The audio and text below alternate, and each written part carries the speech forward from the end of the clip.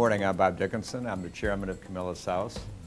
I'm sorry I couldn't be here in person, but I want to take this opportunity to welcome you on behalf of the board of directors. I can tell you that all of us at Camillus House are very, very excited about the fusion between the Brothers of the Good Shepherd and the Brothers of St. John of God. In fact, as I'm taping this now, folks from Camillus House staff are returning from Spain and Ireland, where they met with your people. We want to be in touch with your culture. We want to be in sync with your vision. And we're working very, very hard to make sure that everything transitions in a very, very smooth and effortless way.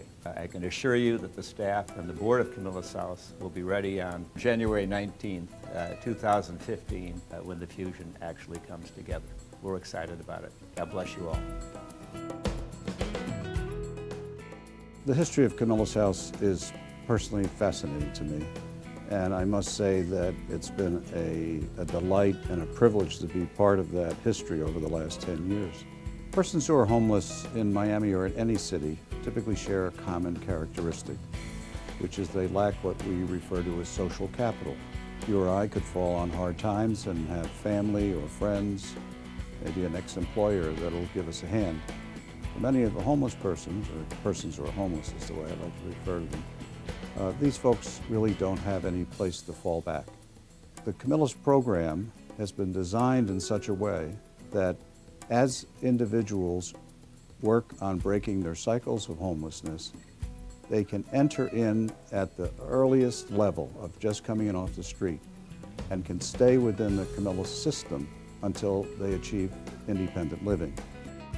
Tonight, there'll be probably about 1,000 persons who will spend their night under a Camillus roof somewhere in Miami-Dade County. Our goal will be to expand that over the next 3 years to 1,300 persons. There are 850 or so persons who are living on the streets of Miami-Dade County today.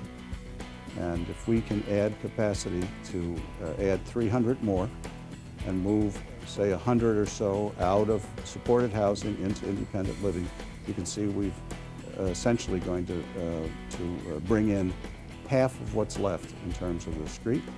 So we remain extraordinarily optimistic that we will see an end to chronic homelessness in Miami.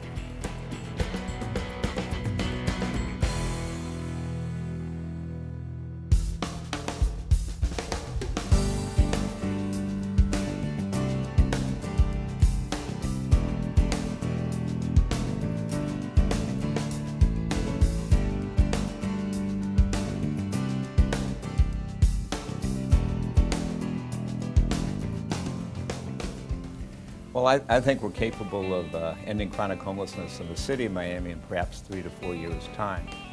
In the county, maybe 6 or 7 years' time. It's going to take a continuation of a process that Camillus House has started some years back. We need to fully utilize this campus, so we need time, talent, and treasure. We have a courtyard program that we're beginning this June. We'll take a cohort of 100 men and women off the streets.